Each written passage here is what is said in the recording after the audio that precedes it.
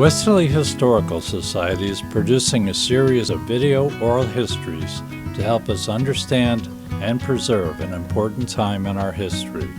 These are the life stories of the people of Westerly, told in their own words.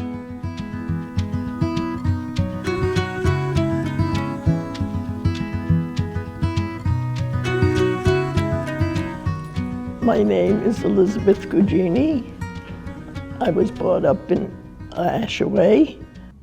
When you mentioned earlier about your father had inherited what was the livery down on Main Street, I think it was, in Westerly, and then moved it and made it a service station up in Ashaway. But he had brothers himself, and he was in Westerly. Yeah. And then you had an uncle who owned property in Mesquamaket. You were 8 years old when the hurricane of '38 happened. What do you remember about that here in Westerly?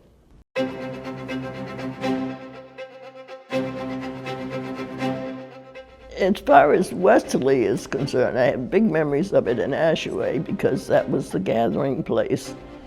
And you know, we didn't wait for the town or the state to come and clean up the roads. The men all came and they bought their saws and tools and things like that. I don't know if they had any electrical saws, but they cleaned the roads because they had to get through.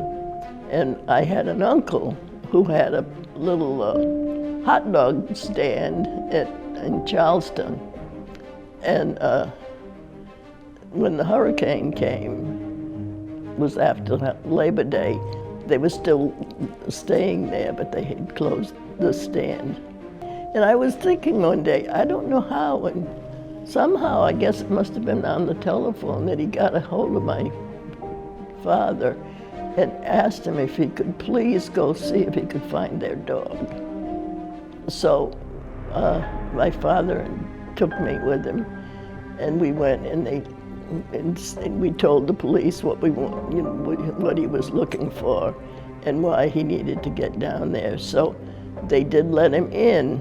Now, everything from Mesquamaket to Charleston and all, when that wave came, that tidal wave came, picked up all those buildings and animals and people and everything, and they all landed on Route 1 down in the fields that are now owned by the land trust. And I remember as a little girl walking those fields with him, and of course there were several people who were looking for their relatives or their animals or something from their homes that they could take. And you'd hear somebody scream, and they found a body or something. We never did find the dog, but we found the dog's leash and collar, and then realized that we would not be able to. But I will never forget looking for, it seemed like miles of nothing but wood and trash. When you see these earthquakes, and when you see what's left with the bombings, that's what it looked like, looking down those fields. So you're talking about Shore Road, basically. Shore Road, yeah. And down that way.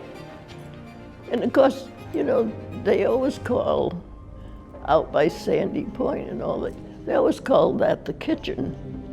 Well, the reason they call it the kitchen is all those houses and everything that were built down on Sandy Point and all, that's where all their appliances ended up. That was all washed toward Studington.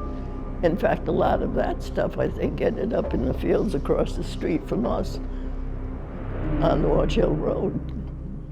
Yeah, it was a very frightening time.